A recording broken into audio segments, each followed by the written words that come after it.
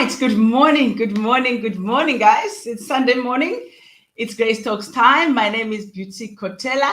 I have the blessing, the privilege of hosting these Grace Talks every morning on Sunday, where we sort of get our marching orders for the week. But sometimes we sit and we discuss topics pertaining to us as women. In my language, we would say, izinto ezidla umzi, matters that we as women deal with on a regular basis. Okay, so that is what we are going to talk about today. We are basically, this is Girl Talk, all right, on Grace Talks, and therefore it will be led by Grace himself, but it will be done with Grace. And I'm hoping that all of us are going to walk away having learned something, having had the opportunity to reflect on something. So the first thing that we do is we greet, all right? You greet, you tell us where you are greeting us from. So I'm going to take the greetings. But of course, the second thing that we do is you tag someone, all right? Let's get your girls in so that they too can benefit from this beautiful conversation that we are going to be having this morning. My guests are waiting in the back room, so we are ready to start. Okay, now the first person, somebody joined us from the group, from the Facebook group. I'm not sure who it is, but good morning, my sister. And then I feel like Uzipo this morning. I don't know what I have eaten. I have not eaten anything yet, but I feel like that excitement. Like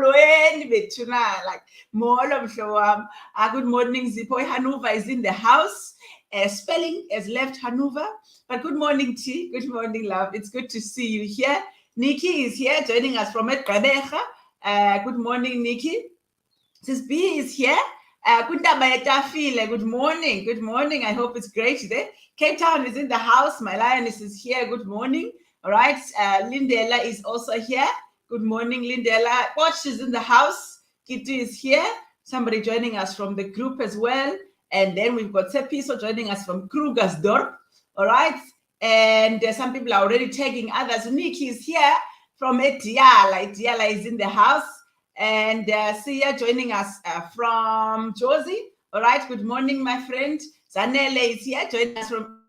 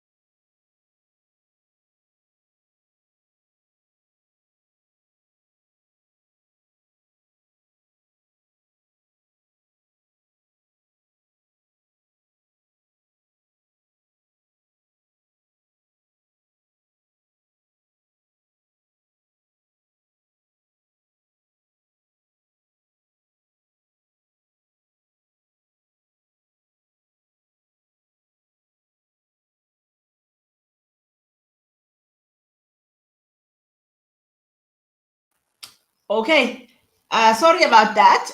My internet has decided to act up. I hope you can still hear me. Someone please let me know if I am audible, but my internet is acting up. But anyway, I have my friend joining us from East London. Okay, I'm yet to get used to that. But anyway, somebody joining us from Mdantsane. Good morning. Tepiso joining us from Krugersdorp. I think we've greeted that one. Notula.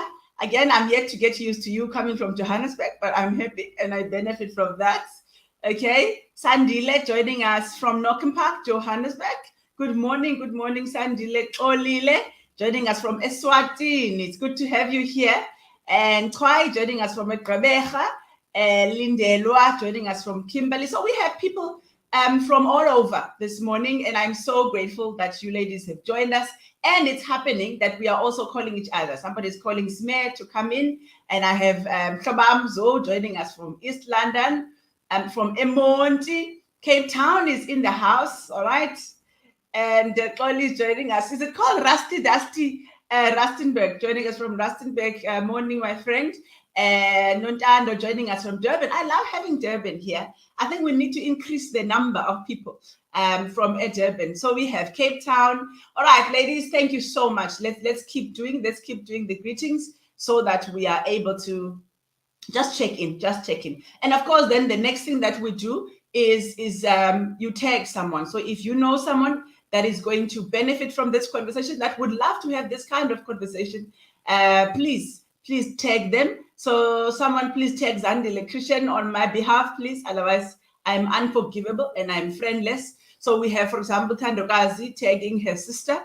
All right, so let's do this. Let's do that. Okay, that's the second thing that we do. We come in, we greet, and then we tag somebody. Now, ladies, before I continue, all right, in case you missed it, I need to let you know that, let me see if I can share screen and be able to show you what I want to show you. Yes, in case you missed it, the conference, the 2023 Theatre of Grace Conference registrations, people have been asking, knocking. There it is. Registration is open on Friday. We already, I think, have about 80 people that have been registered to open on Friday afternoon and Friday morning. And so registrations are running. We are in Johannesburg, okay? We wanted Durban, the community wanted to go to Durban, but we learned we had a couple of logistical challenges with planning for Durban within a year. We felt that, you know what, for Durban, we need more than a year.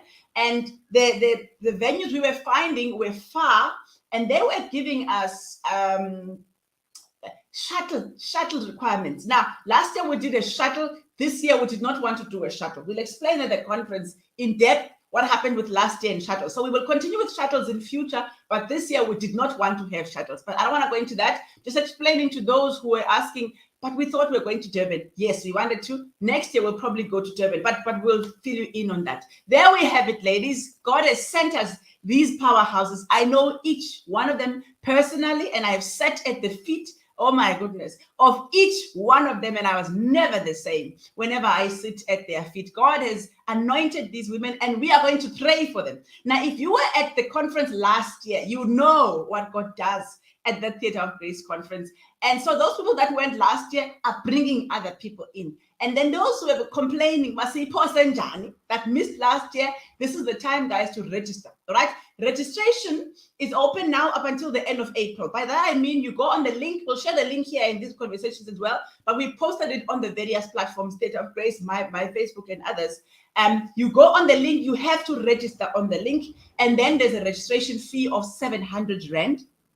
Okay, all of those must be finished by the end of April. So so you register on the link to say, okay, I'm coming. But to secure your spot, you then pay the 700 Rand. All right. Now, for now, we have opened registration for those who will be camping. In other words, who will be staying with us at the Lakes Hotel. Now, let me say this: the Lakes is not a big hotel, but next to it is I've forgotten the name of this other hotel now that we've used before. All right, it will come and I will share with you. But there's another hotel right next to it, and somebody can remind me, that is going to be, so we will possibly fill those two hotels for the conference, okay? And the camp fee is then 3,250. It includes dinner, bed, and breakfast. So the 3,250 is for your supper, it is for your breakfast, and of course you're staying there. So in total, the conference fee is 3,950. Just if you just budget 4,000, then you are sorted. The bank details are there. Please take notes. The bank details is the Theatre of Grace NPC. So we have registered the Theatre of Grace as an NPC. It continues to be an initiative of the Real Village, but it is now also an autonomous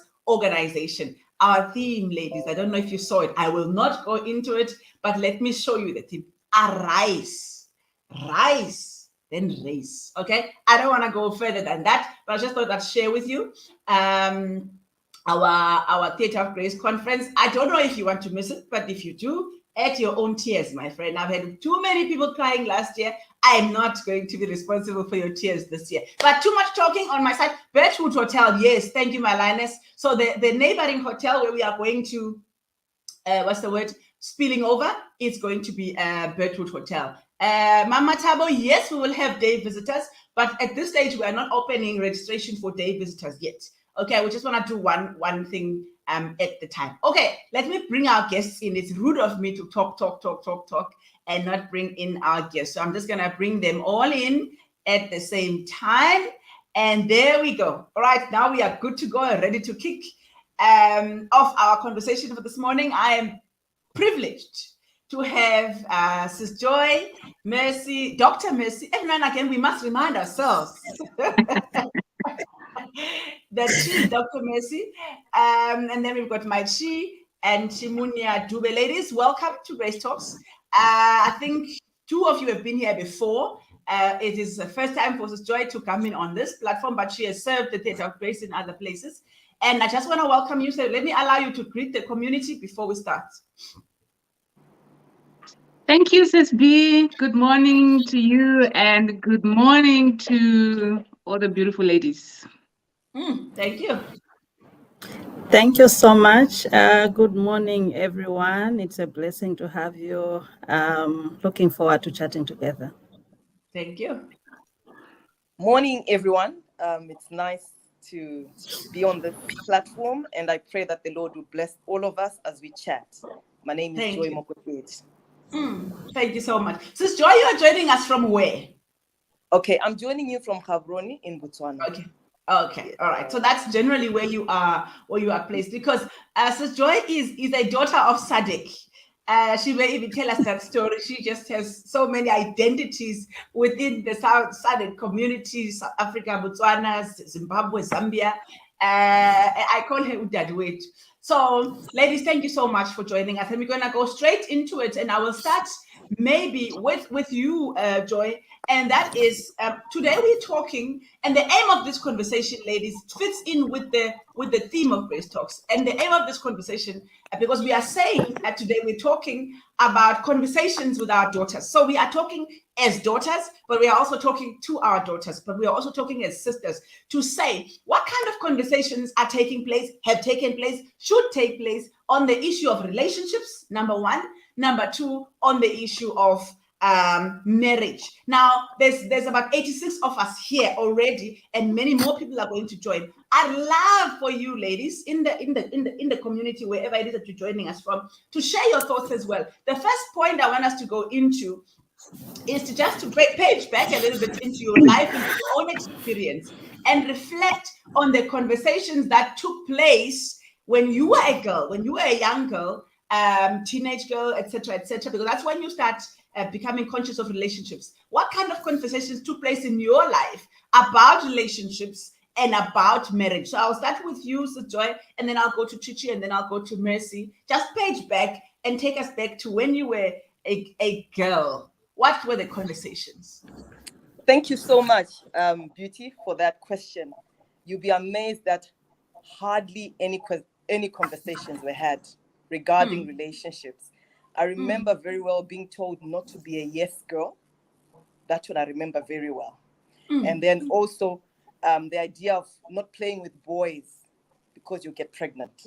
Yeah. So those basically were the conversations that were had. I can't remember a time when I was really sat down and told, when you get to a relationship, this will happen and that will happen. Yeah. Okay.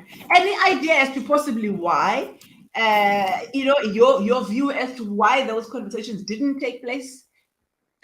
I think basically it's the culture that probably our parents grew up in, where this thing of relationships was not something that was looked upon favorably, really.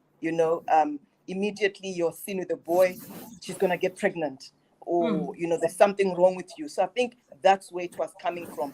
Not that was any ill or maybe any experience that they could have had that maybe could have hurt them. But I think just the way they grew up, my mom, them grew up, it was in a situation where those things were not the best of things to be talked about. Yeah. You had to go to school, and that was what was more important than that type of relationship. Yes. Yeah, absolutely. Machi? Thank you so much. I think I relate a bit with what Sis Joy has said. I'm currently in Cape Town, but born and bred in Zambia. So my experience is more to the Zambian culture, or to be specific, I'm Tonga by tribe. So just like Sister Joy, nothing much was spoken about. I think your relationship with your mother was more of mothering, if I may say. such kind of talks were left to the aunties, grandmothers, if you were lucky to have someone nearby. Growing up as a girl, well, that also then depended on your relationship with those extended families.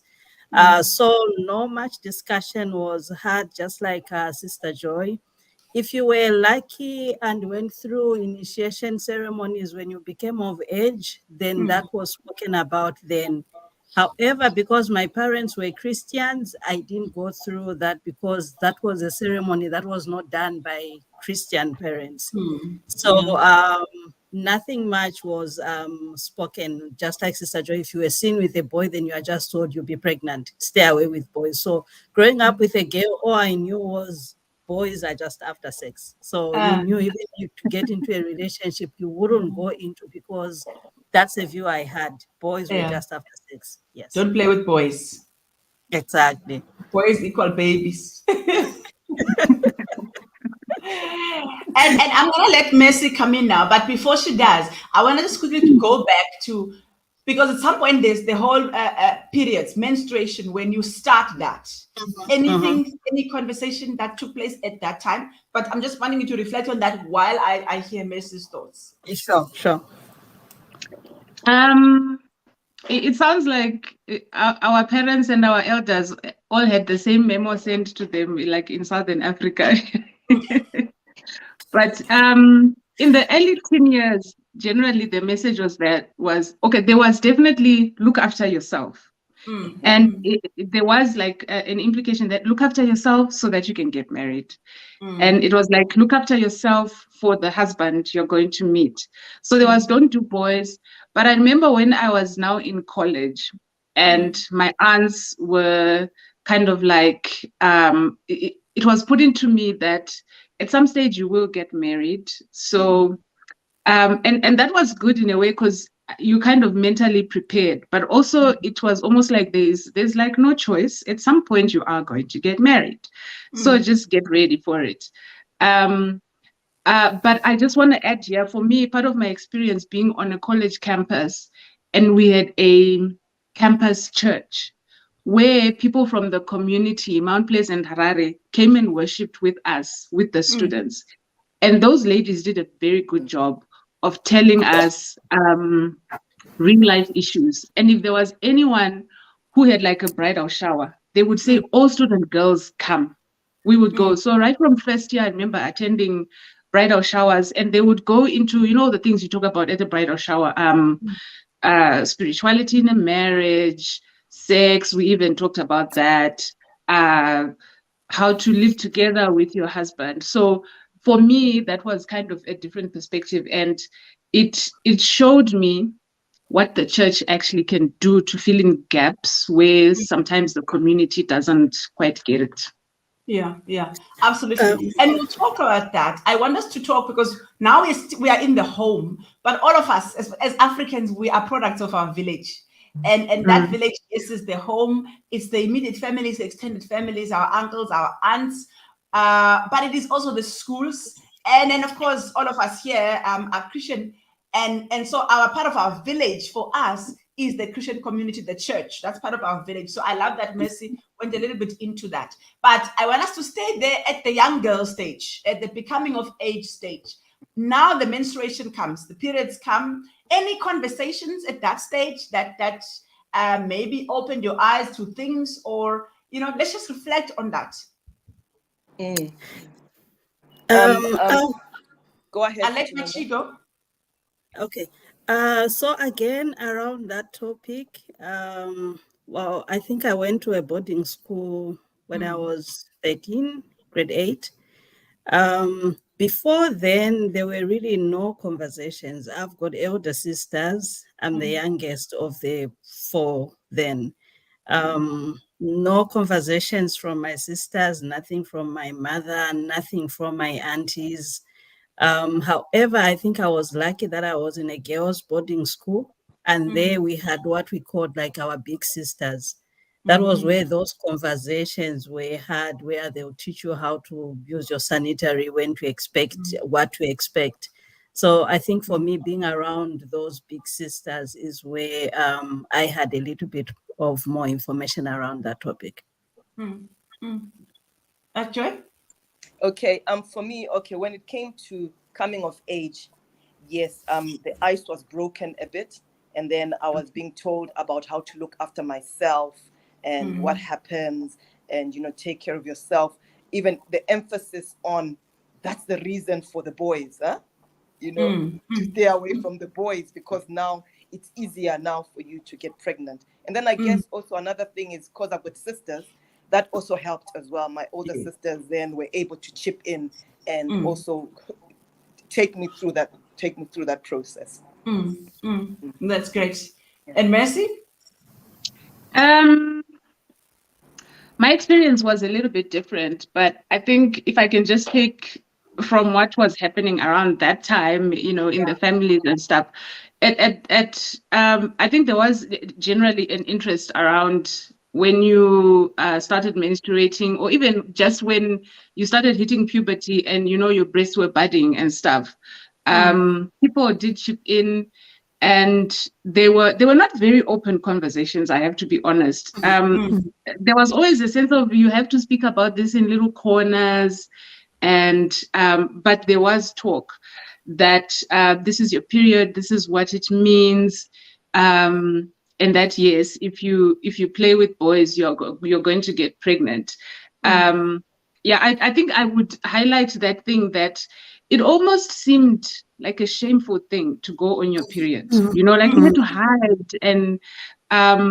And this issue also that you could not let even your own father know that you're menstruating.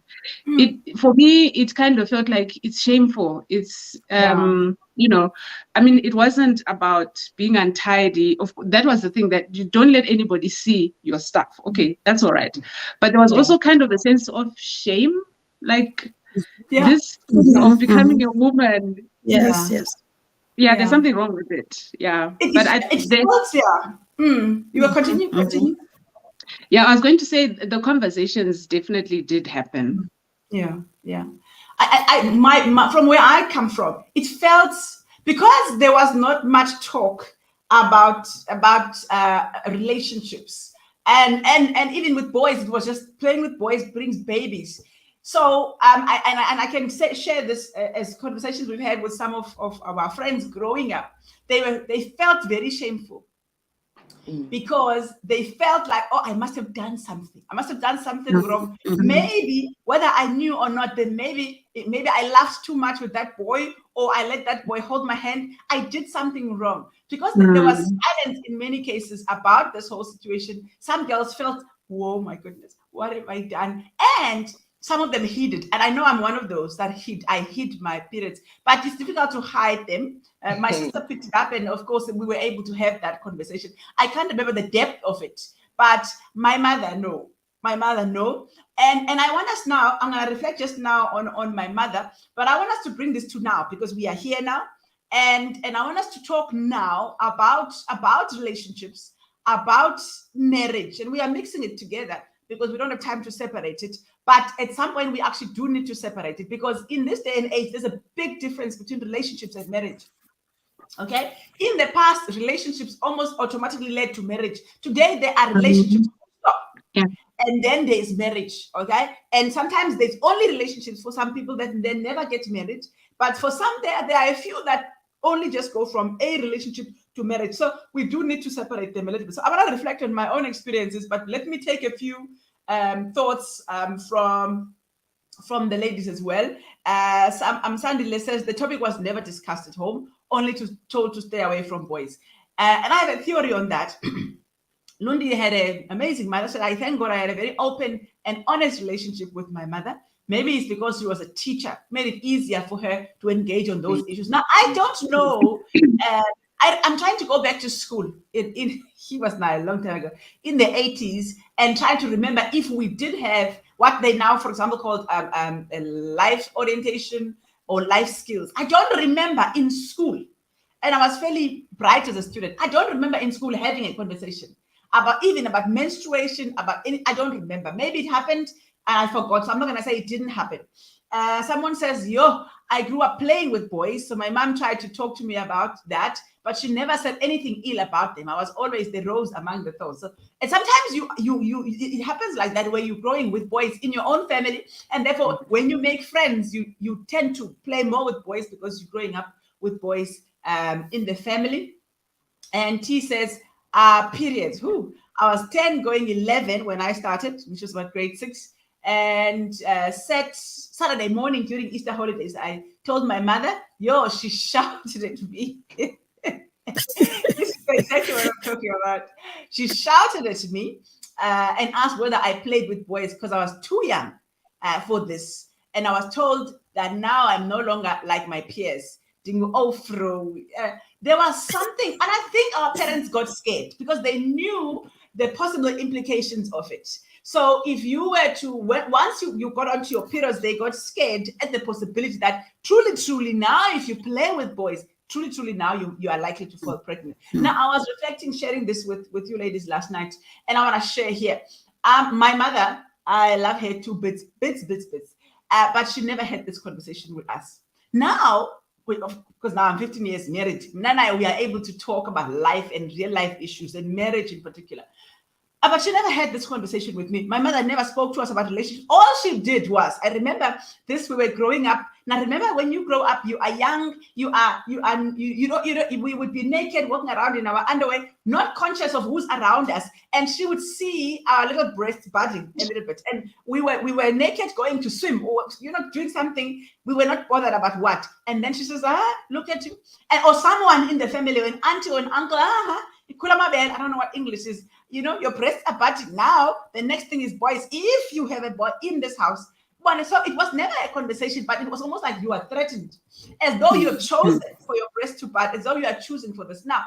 And I decided to give her grace because my mother, I was telling this story, and I think that is the case for many of our parents. For those of us who are in our 40s, our parents grew up much earlier. They were born in the early. My mother was born in 1945, so she tells the story of how her father and my grandfather, in other words, my paternal grandparents fathers were best friends. No child at that time. They were best friends. And my paternal grandfather, visiting his friend's house, my mother's home, said to my grandfather, my maternal grandfather, that girl, and she was very young, that girl is going to be my daughter-in-law.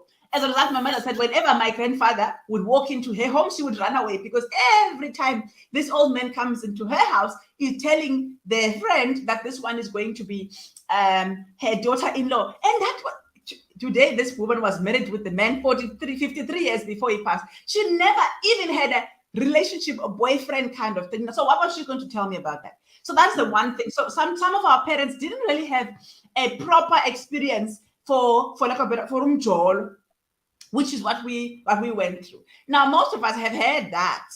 Okay, so now let's bring it to today and now. And I'm not saying that you guys now should go into your own personal experiences, but you are free to do so. But what kinds of conversations are taking place now in our homes, in our communities? And by community, I'm talking schools, I'm talking churches, I'm talking neighborhood. I'm talking social media. What kinds of conversations are taking place now about relationships and about marriage from your own experiences? Chichi? So okay. Oh, okay. Yeah.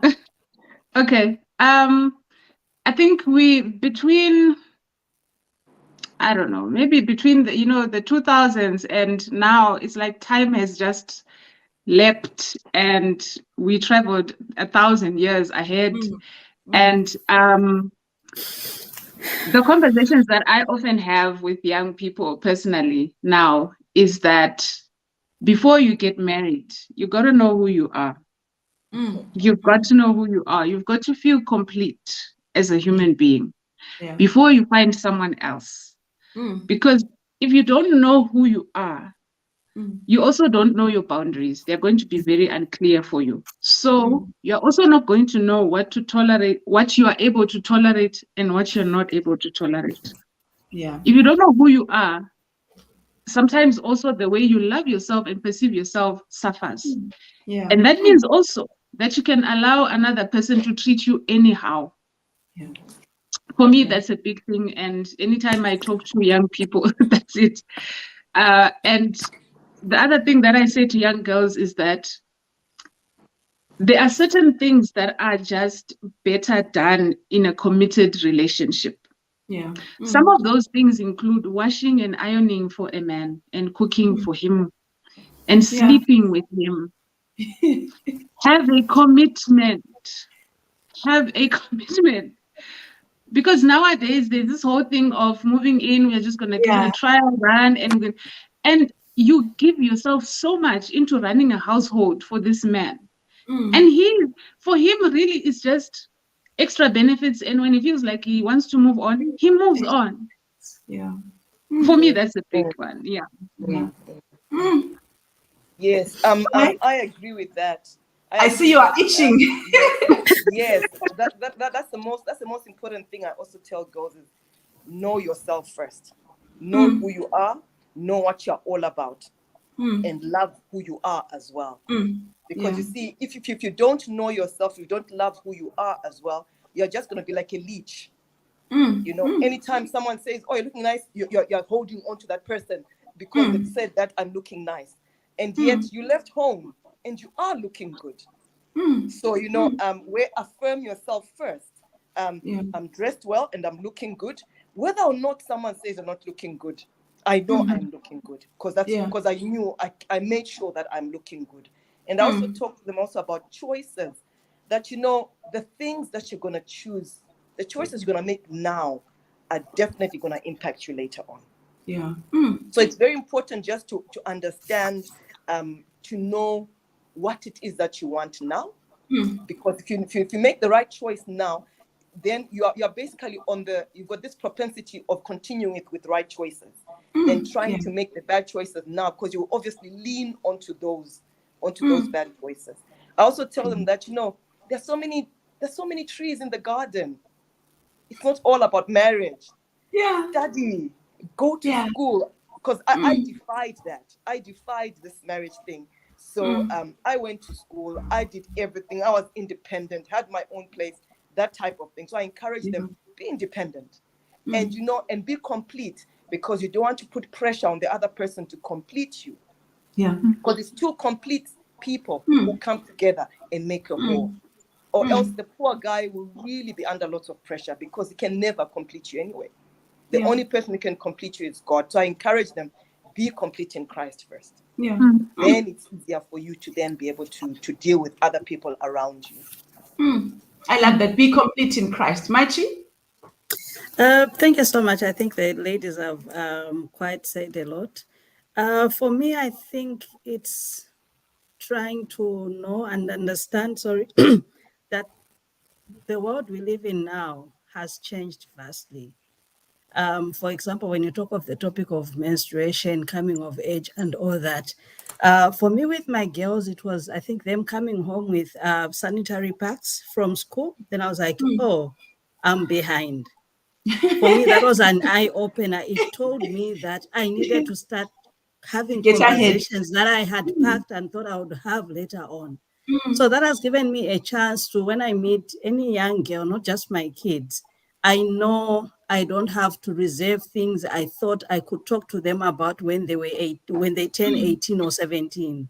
Things are now changed because of what they are exposed to when they go out of the house. It's not just about what I talk about in the house. It's about what they are spoken to out there. So it's preparing to fight the battle with them now, because I know when they get out of the house, what they meet is a lot of other influences. So firstly, for me, it's talking to them about loving God. I think there was something about love God and fear God. When you fear God, you do everything out of fear. But when you teach the young ones to love God, then what they do is out of love and not just out of fear. I'm scared mama will beat me, so I must do this. Then they're just doing it because they are scared. So the key thing is to teach the young ones to love God. Once they love God, then self-esteem is a big thing. That's something that I had to actually deal with when my kids were very young. You know, you go to a school, you are skinny, people make you think you are not good enough. So it is working on their self-esteem first. Because once they know who they are, like Joy said, Messi said it as well, then it's not so easy for any outside influences to come in. Yeah. So it's teaching them to tell them they are good enough. Nothing needs to change in them for them to be loved, because you will meet people who feel, you are too dark. Then you start lightening up. No, you are too tall, you are too slim. And there are certain things that they can't change. Once they can't change something, then they are destroyed for life. So it's teaching them that they are good enough. They are enough. God made them to be, they are wonderfully and fearfully made in God. Then other conversations, I think, become easy to deal with. So the conversation, I've got an 11 and 13-year-old. I thought that was too early to start having those conversations. But from what is going around, if there are any parents who have packed those topics to think you start them when they are 15, you are actually behind. So those conversations now start earlier than in our time. Primary school. Yeah. Very Yeah. true. Yeah. Can I just and I step want in us there? to, yes. Yes, like I think just to emphasize that we start with our girls right now when they start even going to school, developing that esteem in them, that being courage, being bold, that type of affirmation, being aware when they are young. Let's not wait when they're about to get into period time. No, let's start it now when they are young. This is who you are. My baby, you're fearfully and wonderfully made. You're a beautiful girl. You've got a good heart. You're very caring. You're very friendly. I like the way you make friends with people. You've got a good smile, and that shows you're able to bring happiness to someone. So it's those things that are not so much outside things, but it's those things that are internal. When you say it's different from saying, oh, you got an A in class. I mean, not all of them will get an A, but you've got a good heart. All of us can have good hearts without having the A in class. So it's trying to raise those things that are internal that everyone is able to do, and always encouraging them on those. And that helps in the growth, I love it. That. Because at school, they start young with all these little things, Yeah, absolutely. And I think that's where I want us to go while I'm going to reflect on this point. Where I want us to go now, from your experiences, from your observations, what kinds of conversations are they having? The young people today about relationships, and what kind of conversations are taking place about relationships in social media. I want to separate marriage, and I want to bring marriage into the family context, into the African context, and into the church context. But just now on relationships, what does media show us about relationships? TV, social media, but among themselves as well. If you are privy to that, what kinds of conversations are they having? And I think in terms of the point that we were just on, I completely concur with everything that you've said. And I think be complete in Christ, focus on that. I love what you said. And I think Lundi also mentioned it. For me, the most important thing is that it's important for us as women, young or old, to know that you are enough. That you are enough. You are enough. That you are complete. We'll talk about this now when we're speaking about marriage. This whole concept of a better half has led to people who are waiting for someone to complete them. And as long as they have not found that someone, they never feel completely whole, because they have not found that person. Or when they think they have found someone, and unfortunately they land in the wrong hands, they never let go, because, who am I without him?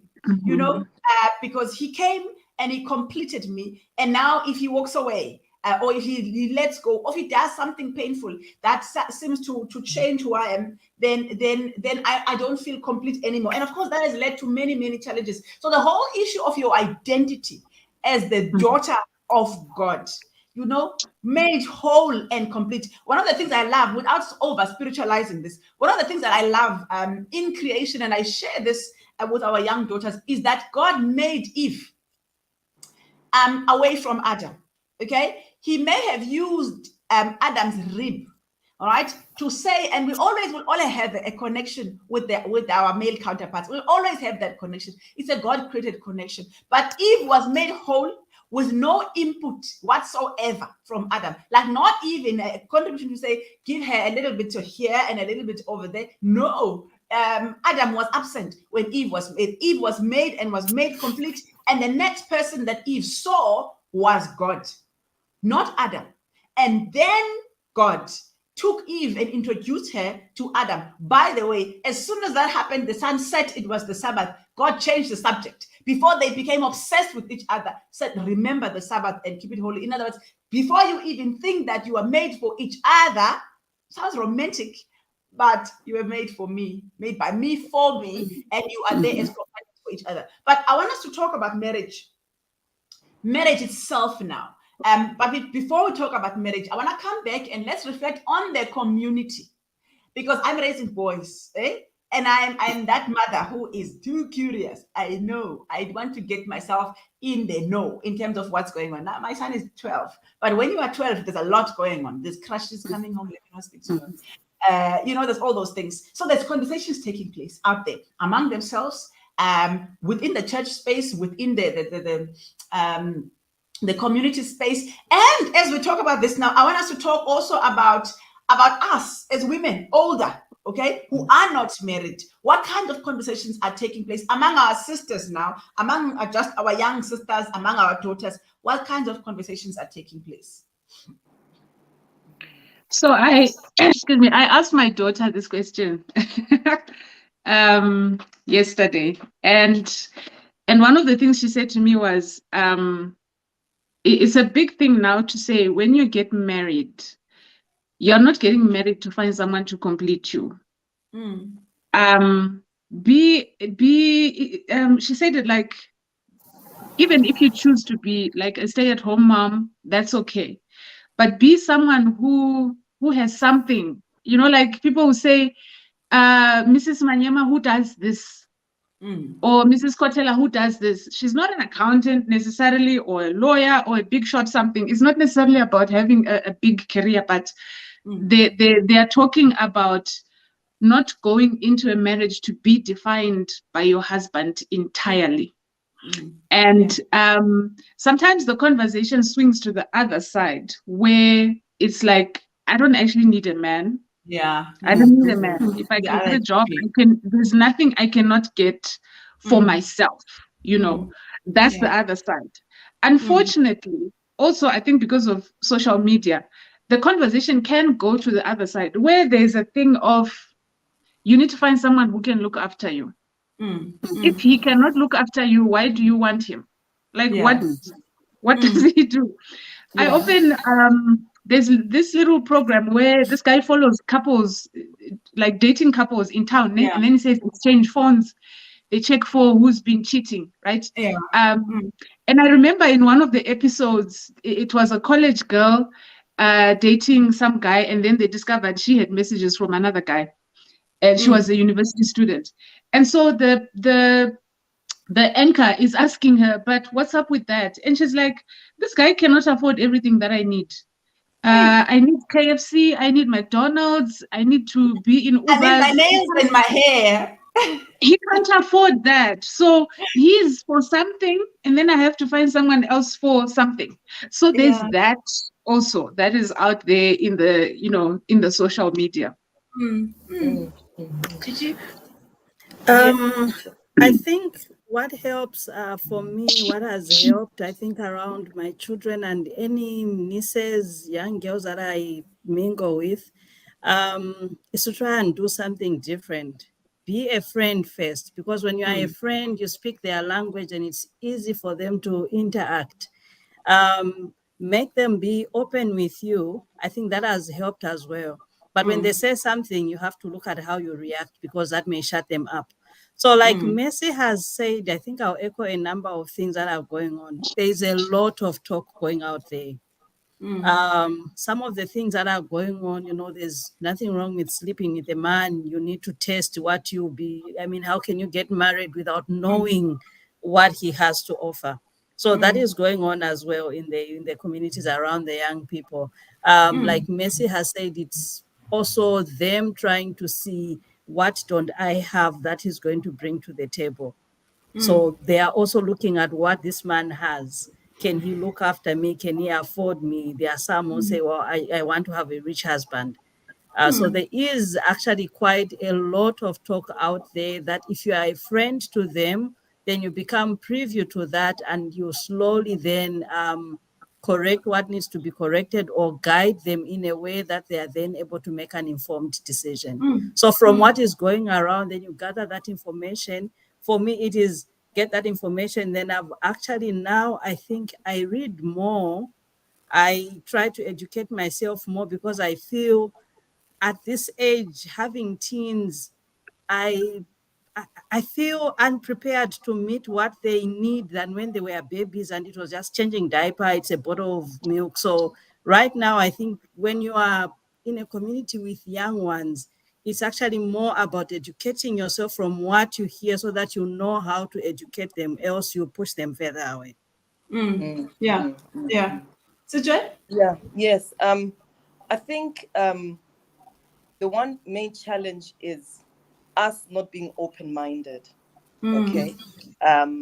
Because of where I'm coming from, how I grew up, I then expect that same type of framework with the young people, and yet they are open-minded, especially with issues like social media and everything.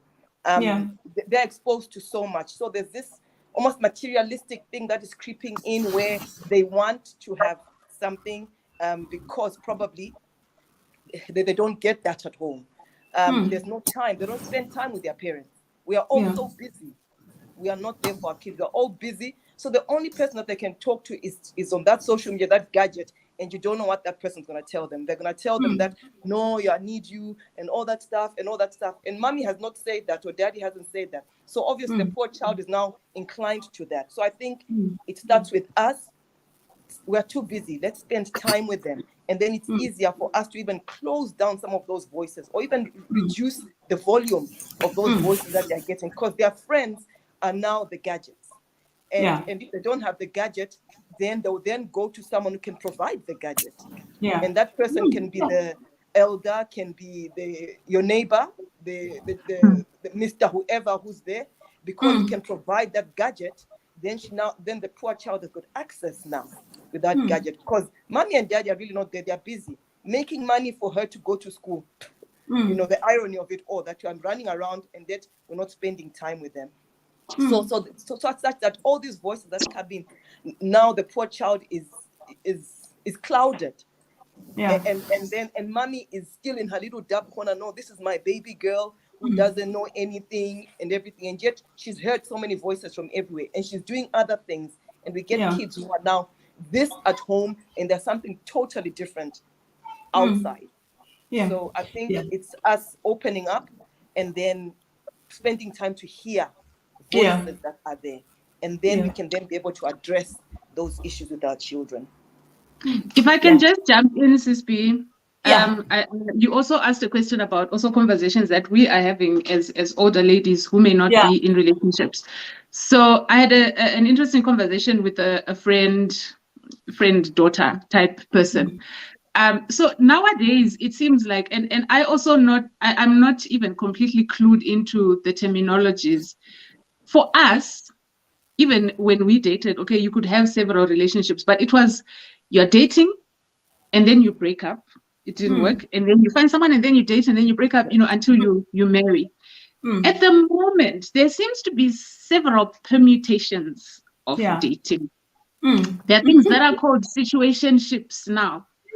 I still am not quite sure what that is, but you can be in a relationship with someone who's for the emotional support, right? This guy is really nice. He listens to me and everything, but he's like the church brother.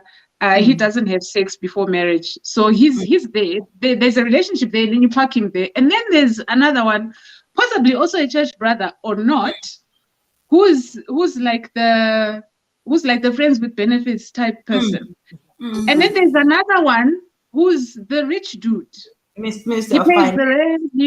And this could actually be one girl or one guy having several people, and it's happening even in our churches. It's not like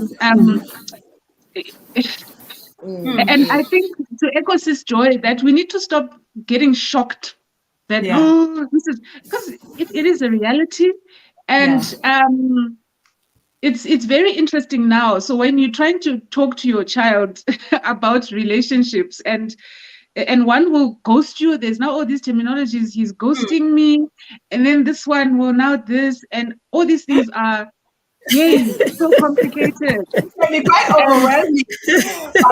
But you led us nicely, But you led us nicely, Mercy, to where I want us to do now. Let's raise it up, because we've been focusing on us as young girls and focusing on our daughters. But we also have sisters. We were also once where some of our sisters are. You know, the ones who are of age. You know, they are 21, they're 25, they are 30, and they're still single. What kind of conversations are taking place there? What should be taking place there? And how is everything else contributing to that? And for me, my interest is that people are having challenges in life. And if there is a way that we can help to minimize and to reduce those challenges, or to assist to sort of direct to a better place, then maybe we have the responsibility, because as the Theatre of Grace, we are the sisterhood. You know, we ought to be there and present for each other. But I want to take one or two comments. Someone said something that I thought I want to just bring back. This is someone in the group says, relationships as called these days, I think we've already spoken about friends with benefits, open relationships, no strings attached kind of relationships, one night stands. So times have changed. And as parents, and I dare say as sisters, as mothers, as mentors, we actually need to find a way. We have a lot of praying to do. We have a lot of mentoring to do. We've got a lot of teaching to do. We've got a lot of guiding to do. Because what do you say to a young woman who is in your life and is going through this kind of thing? What do you say to them? You know, and that's the kind of conversations I want us to have here. Uvovo also raises something, that one of the biggest conversations they are having now is whether or not they like girls or boys. Okay, marriage is not even a big deal anymore, and so it's sexual orientation now that they are dealing with mostly. And I can attest to it. I had a conversation with a group of them. In that group, I heard about sexualities I did not even know. I did not know some of the names for some of the sexualities. So one of the things that has happened with freedom and freedom of speech and freedom of expression is that women are more and more, I mean, what we're talking about, for example, that because we're talking about us here, we're not talking about guys, we're talking about us here, to say that women now, and especially the young ones, are starting to explore the freedom of not having to have just one boyfriend. I can have more than one. We can talk about what that causes, what that does to you, but it does exist as a reality. In fact, whether or not I can, you know, whether or not I have a boyfriend or a girlfriend, and by that I don't mean like friends. So that's a conversation I can choose to have that. Let's read here what Sandile is saying. She said, I encourage my nieces to talk to me about anything, any challenges or things that they don't understand. I encourage them to go through all stages, trying to change the mindset that was instilled in us when we were growing up, that you go to school, get a job, get married, have the kids. It was a nice, clear path, eh? And of course, what happened is that you would go to school, you would get the job, but you don't get the man and get married and have the kids. But because you don't have that, because the path was clear, now you feel incomplete, you feel inadequate because you have not been able to achieve that. We were never prepared for when things don't go that way. So I had challenges as marriage never came my way, and sadly the years were also moving such that I ended up having a child. That is so true, and thank you so for that, Sandy. Like a reality check. That is what, and that's where I want us to go to now as we are trying to bring this to the end, is the conversations we are having and the impact that they have on those that are yet to make a decision. And Nokukanya says that you have said it very well. As young ladies, we make a mistake of wanting to be completed by a man. We need to know ourselves before trying to know someone else, and who has a different idea of us. So, okay, I think I've basically covered a lot of these conversations. There is that. So relationships have become complex. and Messi spoke about situationships. They've become complex, and of course, they've become. It's no longer heterosexual anymore. Only, you can have a relationship with the person of your own gender, and you can have a relationship with one person, one girl can have a boyfriend, one girl can have a girlfriend. So, and they can change, they can chop and change as they please. But in the end, and I think this is true because God created it, most of us are still gravitating to the ideal, men and women. So most of us are still gravitating to the ideal, men and women. But that ideal has itself become very, very challenging. Very, very challenging. So what I want us to talk now about is the conversations that we, as the community, the African community, as well as the church community, because all of us belong there. What are we saying to young women now, to young women who are of marriage age? In my language, we say, what are we saying to them? They are of marriage age, but they are not married. Now, I wanted to say they are not married yet, but I don't want to put the yet because I don't know. For some, yes, is they're not married yet, but for others, is they are not married. Full stop. What is the community saying to them? What is the African community saying to them? And what is the church saying to them? Your views. Okay. So I'll I'll talk about what we are saying, and perhaps put it against what we are not saying, and certain things that we are not acknowledging. We are still telling them to pray about it, right? Which is true, and I believe that. Pray on it, and wait for God to show you. Yeah. Don't throw yourself into a situation because you feel desperate, because that can change your entire life, your entire life. I also feel that we have demonized singleness. Yeah. It's like if there's something wrong with you, you cannot function. Okay, you can do things and have things, but there's something wrong with you being single. Where can you keep a man? Yes, and I don't know that is biblical. It's also in the community. You go to every family function and they're looking at you side-eyed and asking all these unkind questions around, so what is happening? And I think something that we are still in the process of finding ways around is that what normally happens is that as you grow older naturally, as you progress from 20s to 30s, your career grows, right? I think it was Nokanya who raised this point. As a man or as a woman, if you are in a job or even in a business, your business and your job are growing, right? And that's going to be visible. You're going to have a house, you're going to have a car, you're going to look put together. Yeah. And it seems that is threatening to a lot of men. And I'm not sure even at the moment if we know how to handle that. And I think it's a spin-off of how we've empowered women. Yeah. And on some level, we haven't talked to the men on how to live with an empowered woman. How do you approach a woman who has her own things when traditionally in a marriage, the man comes in to bring everything? Yeah. And I think that can be quite a tough question for women who are not married, who would like to get married, but who are also career people who've done well. Yeah. Sometimes it's the implication is almost like, if you want to get married, you must stay small. Stay small until you find a man, and then then suddenly it's quite unfortunate. And sometimes the way that we present singleness, even in our church communities, I think has fed into that.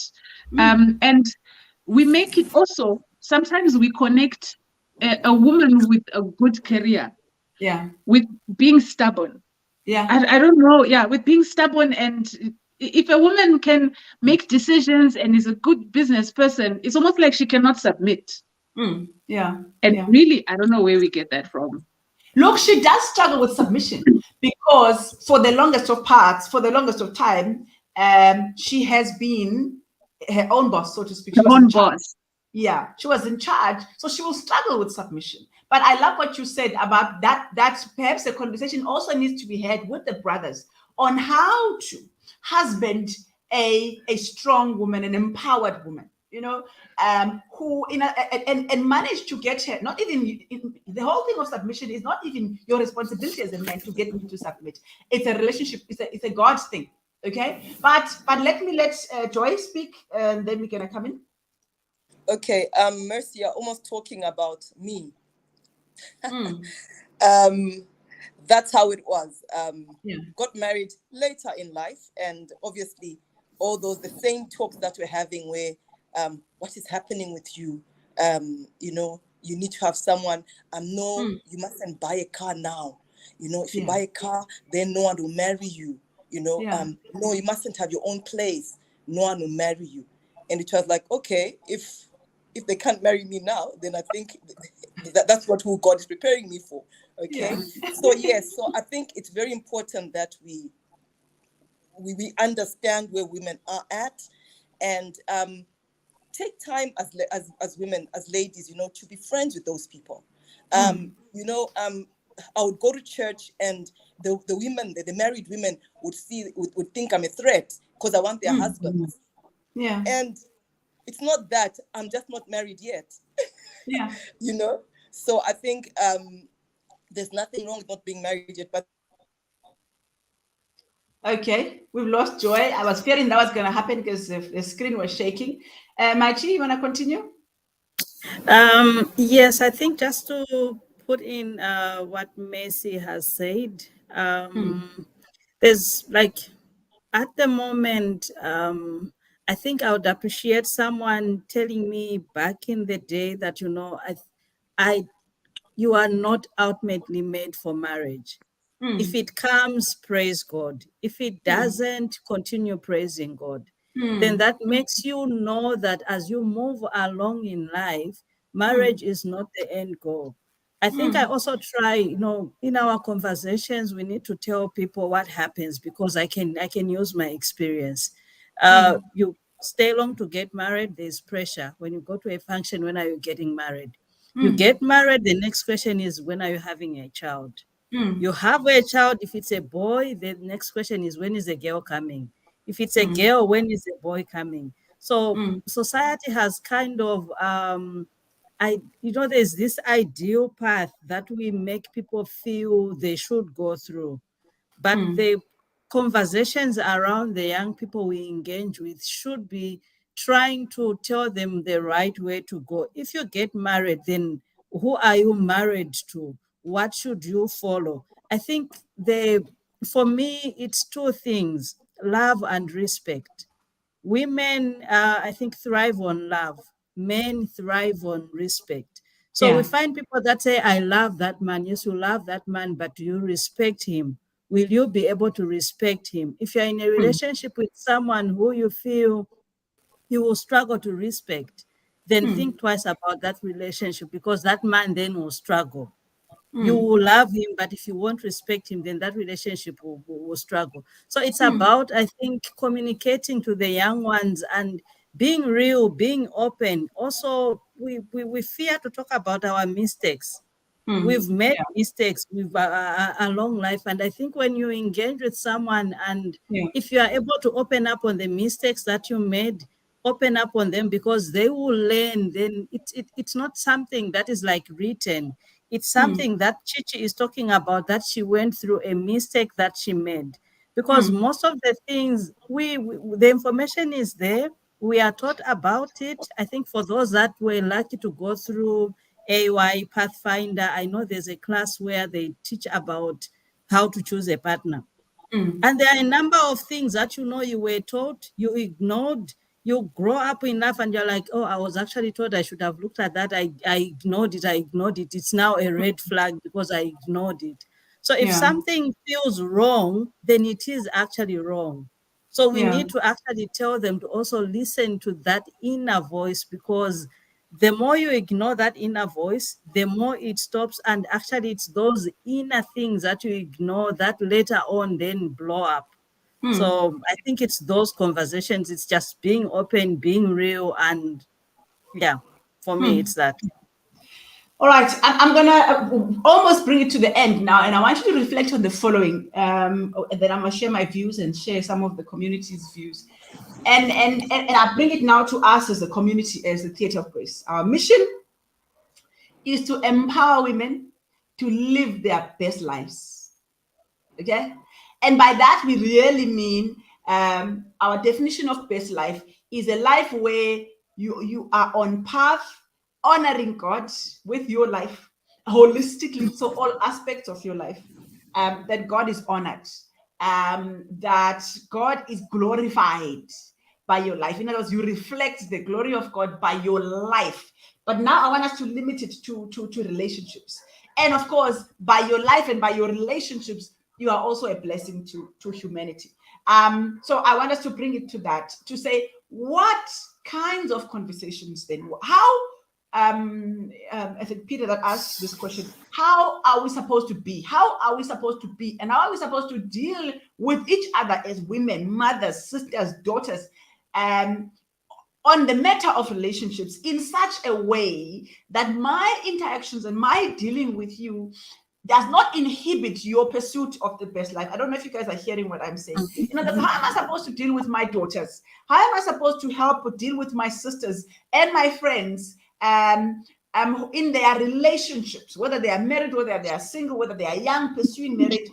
How am I supposed to be as such that my actions towards them, my words towards them, help them on their pursuit for their best life, or the best version of themselves, as opposed to injure them? Okay, so now I want to just share some of the thoughts that people have shared here.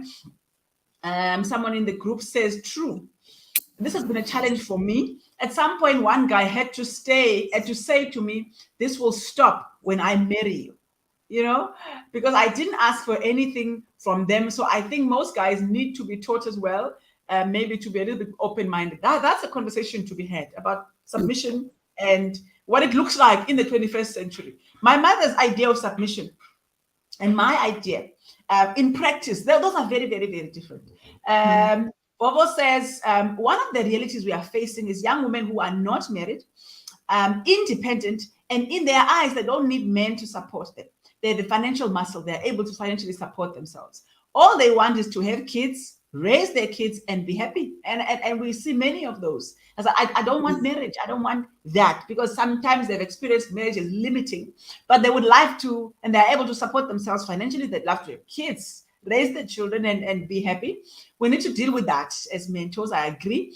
It's really difficult to talk to them because times have changed, and women are tired of sitting and waiting. And their biological clock is ticking.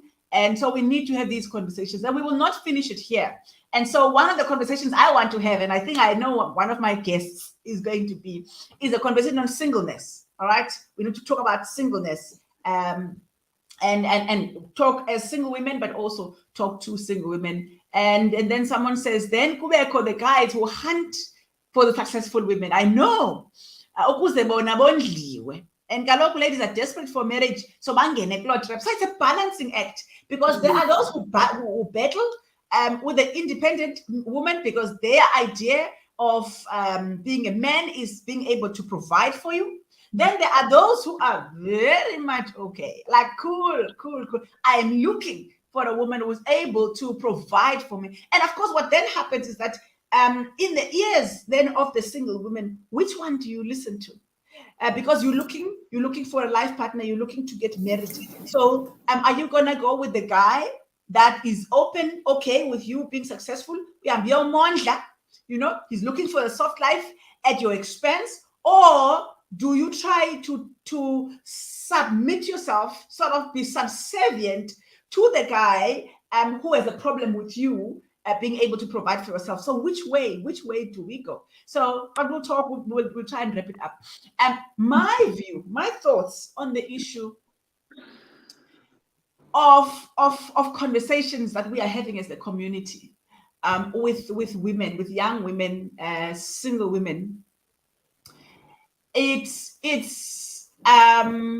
for me, and here's the thing about this conversation, it is often coming from each other, ladies. I mean, you can tell me now, Mercy and Chichi and Joy, the conversations about when, you know, we see you are successful, when are you getting married? For me, the term was progress. I was trying with my career, but the ladies at my church were very uncomfortable with my singleness. So they kept asking me for progress, you know. I didn't seem to be progressing in life because I wasn't married. My career was going well and I was growing. I was enjoying my spirituality, my growth spiritually, but I was incomplete. So I kept being asked the question, progress.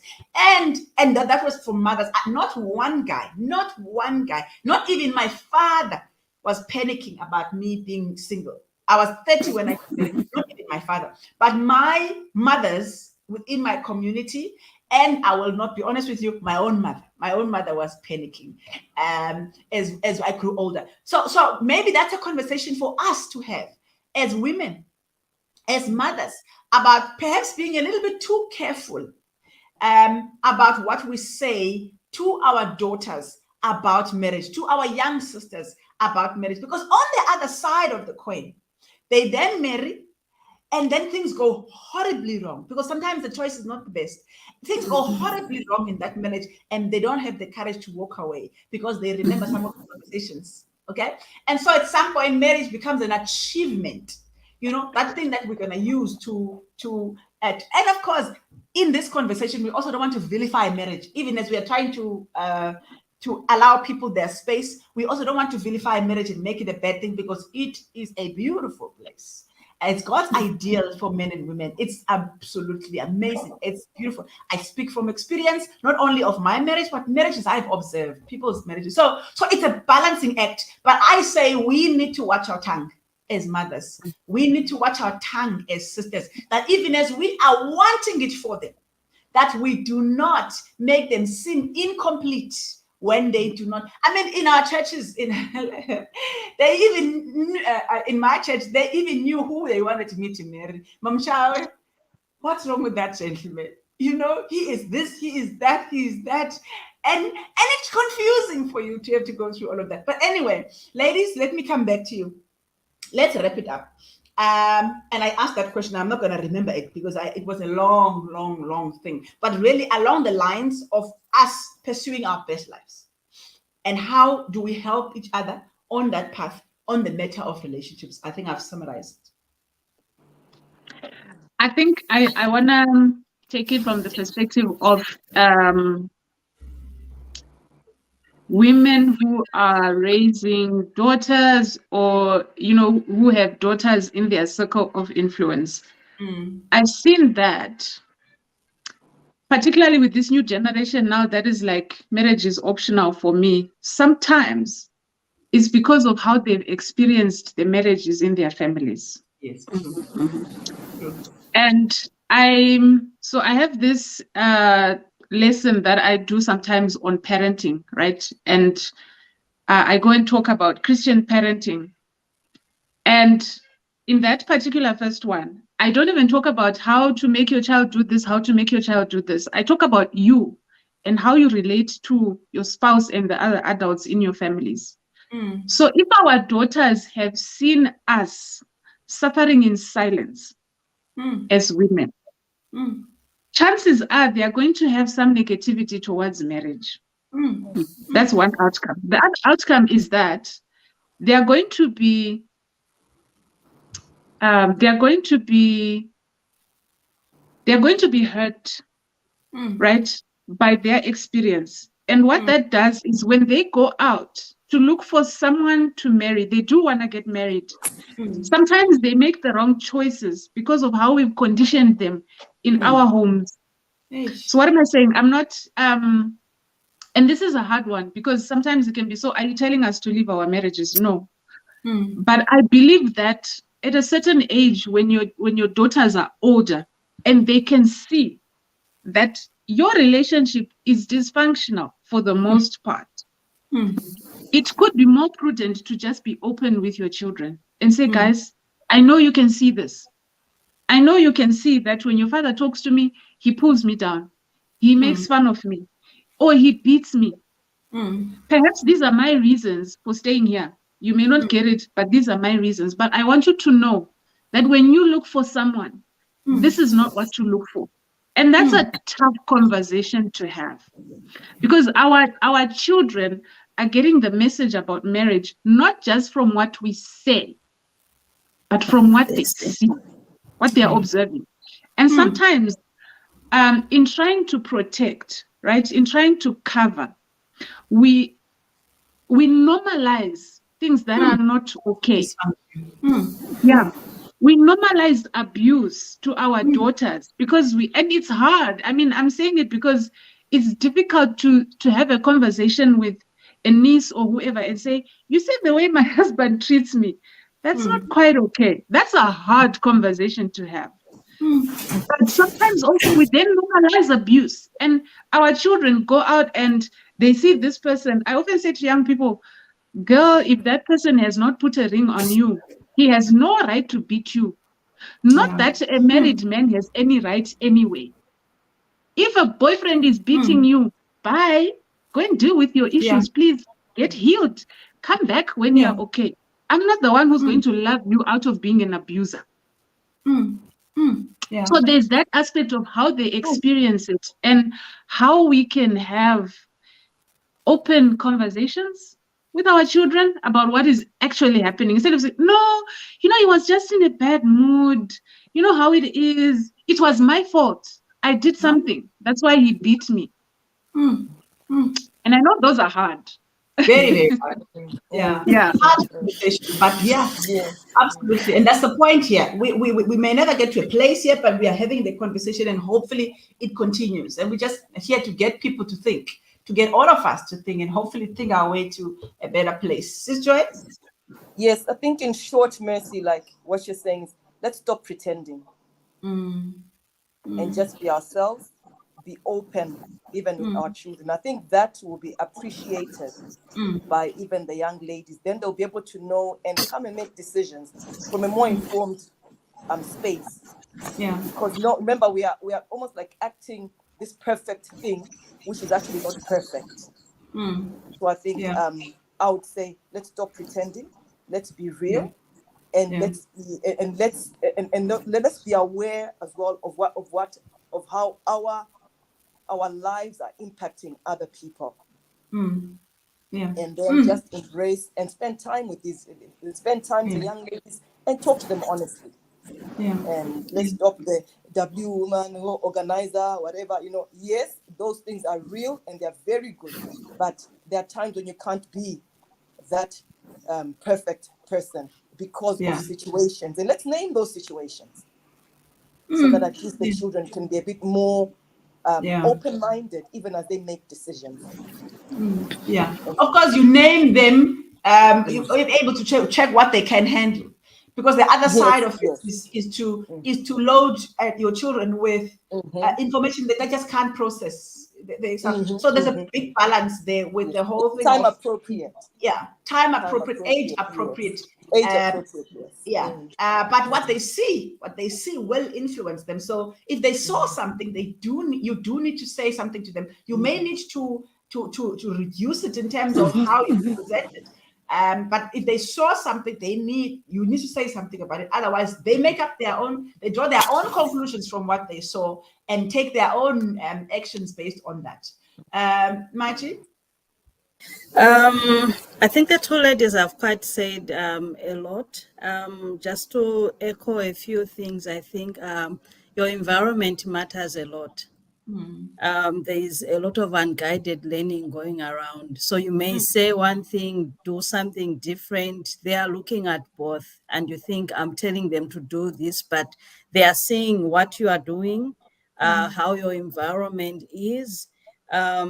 But I think the key thing is to be a friend first, because once you engage them, it's easy for you to talk throughout the whole process. I think because we are career women, we are very busy to a point where before you know it, your child is 18 and they're walking out of your house. And you've been busy, you've been coming home late, so once you become a parent, once you become an aunt, a cousin to someone, you need to be deliberate. You need to make time. I think I can give an example of myself. At some point, I think 4 years ago, I saw it that I was not engaging at any level with my children. I had a helper from the time they were born to 4 years ago. So I deliberately had to make a very big sacrifice. I had to let go of my helper. That forced me to come home early. That forced me to be able to cook their food, to engage, to know what they like, what they don't like. To a point where 4 years into that now, it hasn't been easy, but I'm able to communicate to them at all levels because I've been engaging on the daily. It's forced me to come home early. So as elders in the community, or if we are in church, we need to make a sacrifice. Be there during their lunch, engage with them, have a conversation with those teens, those young girls. When it comes to hardcore issues, it's easy for you to easily chip in and talk to them. So we need to be present. You can't come in, tell a niece, call a cousin, speak about something when you haven't been there, you don't engage. It won't be easy to have that conversation at all. And just to echo in on what Mercy said, or Dr. Mercy, I think we sometimes we go through things and you try to put a cover over it, but children are seeing, neighbors are seeing, nieces are seeing, and then you want to say this other thing. So pretense doesn't help. But I think to narrow it all, for me, it comes down to 1 Corinthians 13, verse 4 to 8.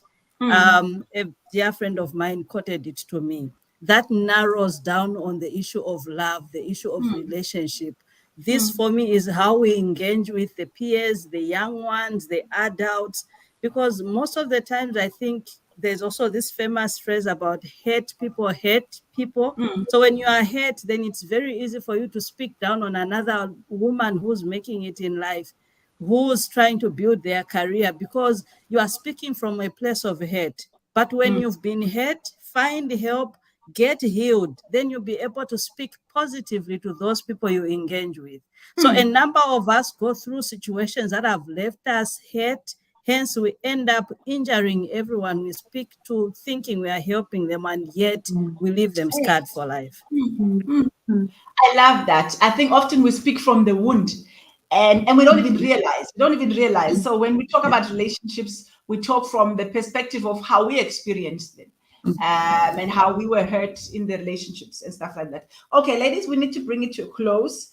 I'm going to just share again about the conference, and then I'll let you have your brief closing remarks, and then we'll ask Mercy to pray for us. But I think I want to just let on what Chichi has said, and this is that. Let's be friends with our children, but I want to say, let's be friends with each other.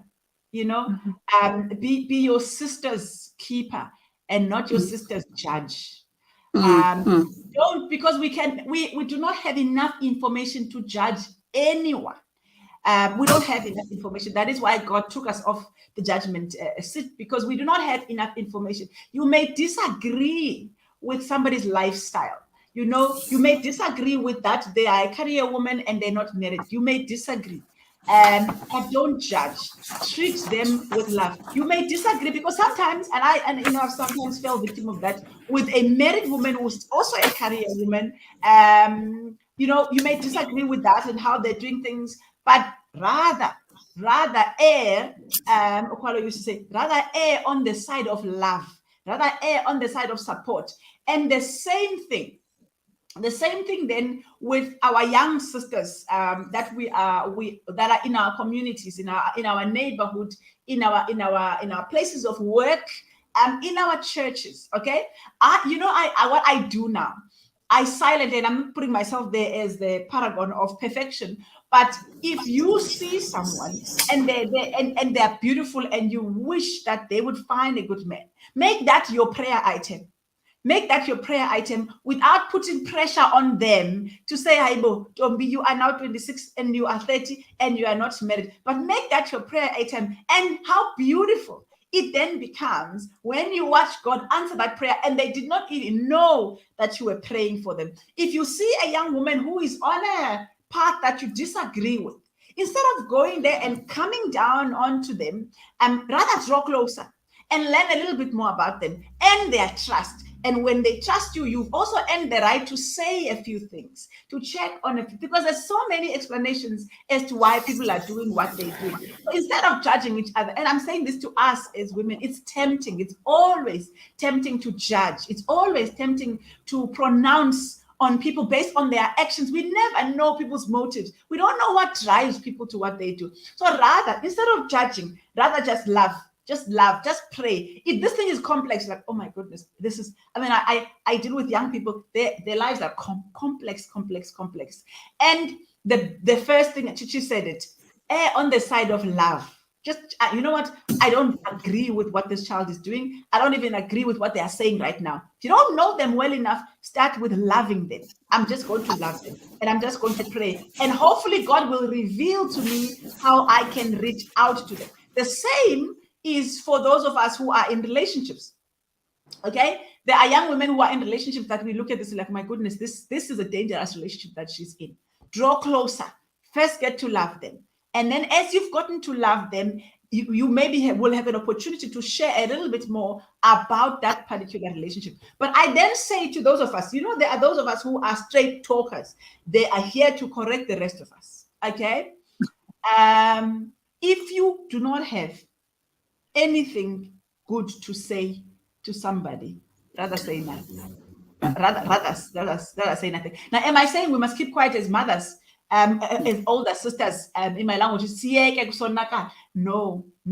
But you may, by your own words, make a situation worse instead of fixing it.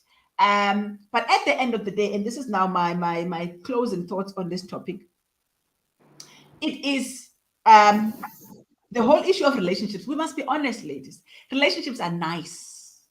It's nice. There's something beautiful about this. There's a warm, fuzzy feeling about you being special to one person. Well, ideally, or you having this one person. I'm not even talking about marriage now, because that is then the ultimate.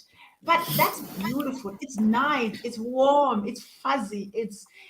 There's just something about relationships that just feels good. And that's where I believe that God actually created this. God created us to enjoy this beautiful, the possibility of one person loving you, and it's beautiful. And so we can't judge that. Okay? We can't judge that.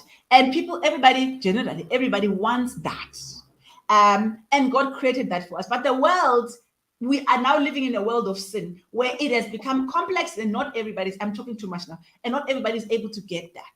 So those of us who are not there yet, we've said everything that needs to be said. Those of us who are there, we've already said everything that needs to be said. But for me, the most important is let's rather be there for each other, as opposed to judging each other. I mean, I've heard women, English is God. They tukana about the other person's inability to keep a man. My goodness. One woman is married, the other one is divorced. But tukana, this one is tukaring this one for the fact that this one is divorced because she can't keep a man. It's never that simple. So as sisters, we are there to love each other. We are there to support each other. We are there to pray each other in and out of the situations that we are dealing with. So ladies, I'm going to let you have your concluding remarks. But I just want to remind the community again, okay, registrations have begun for Theatre of Grace Conference. There we have it, taking place from the 26th to the 29th of October, all right? There we have a theme that it is the most amazing, horrifies me as well. But God has a way of doing that to us, okay? There are the details, okay? Registration, it is non-refundable.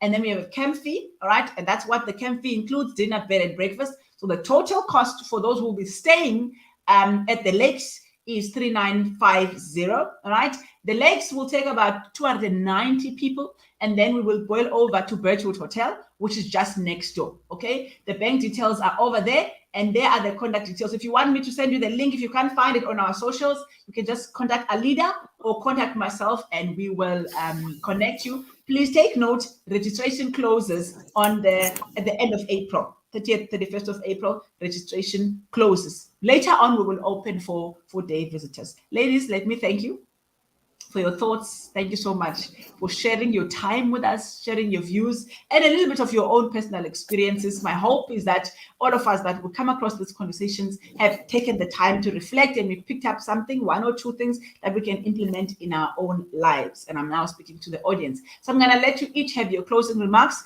I will end with you, Mercy. Because then you will be the one that will close and then pray for us. Otherwise, ladies, with the rest of you, thank you so much for joining us here at the Theatre of Grace. We meet again on Wednesday mornings. Wednesdays are prayers and fasting days. So Wednesday morning, we start at 4:30 with devotion, and we move throughout that day with various prayer sessions as we are fasting on Wednesday. All right, Chichi? Thank you so much for having me on the call and for the community for engaging. I think to just close, what I would say is I think everything starts with us. Before we go out there, before we mother the children, before we mother anyone in the community, before I talk to any sister that is around me or going through any issues, I first need to look at myself, reflect, because whatever I will say comes from the abundance of my heart. So like Umam Kotela said, if what I feel like saying at that moment will injure my sister, then let me not say it. If I'm correcting Mrs. Crown, I don't need to tell Joy that did you see Mrs. Crown was bent? I'm actually the one who fixed it. So let's be someone who come in, confide in me, and they know whatever I tell Chichi will stay with Chichi. Let's be somebody who will mother this child and they'll say, wow, I think when I engage with Chichi, she educates me, she corrects me in a good manner. So let's be mothers to the community. As we say, a child is raised by the village. Let's be that village that will impact this girl child in a positive manner and not injure her for life. So I think for me, that's it. At the end of the day, 1 Corinthians 13, verse 4-8, that is to everyone. I mean, if I love Mercy, I won't injure her, I won't dishonor her. So relationships start from there. It starts at birth. If you are a mother, the way you are mothering that child is the way she will then go out in the world there and relate to everyone the way she relates in the home. So charity really begins at home. Joy? Thank you very much. I think my parting shots are, we need each other. We need each other. Let's be there for each other. Yeah. And further, thank you so much. And further, we need to be a blessing and a positive influence to each other. So let Joy be a blessing, and then she can be able to extend that blessing to others. Let Joy exert that positive influence. Let her be positive, then she can be able to exert that positive influence to the others. So that's what I have to say. So blessings, and thank you so much for the opportunity to just chat. Thank you. It was beautiful, ladies. And I think someone once said to me, we were talking about LGBTQ community, that the community that we love to judge, said, you know what? John 3, verse 16 and Jeremiah 29, verse 11 applies to everyone, whether single or married or gay or lesbian or promiscuous.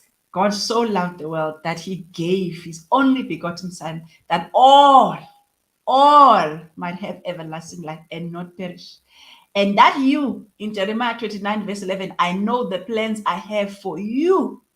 That you includes everybody. And so even on the issues of relationships, that is something that all of us, regardless of where you are on this issue of relationship, whether you are a parent raising, or you are single and having all sorts of questions, or you are married and you are battling in the marriage, or you are married and you are having a beautiful time, it applies to all of us. At the end of the day, it's all about God. And he's not the one that can help us navigate these tough conversations. Mercy, my friend. You've actually taken my point. Sorry. But yeah, let's say it again. I was going to say that God's grace is amazing. Oh, It covers everything. There's nothing that God's grace cannot cover, that it cannot take care of. So you could be single, not wanting to get married. You could be single, maybe you've been waiting a while, or single and still quite young and looking out there at the possibilities. Perhaps you're single and you've experienced marriage badly.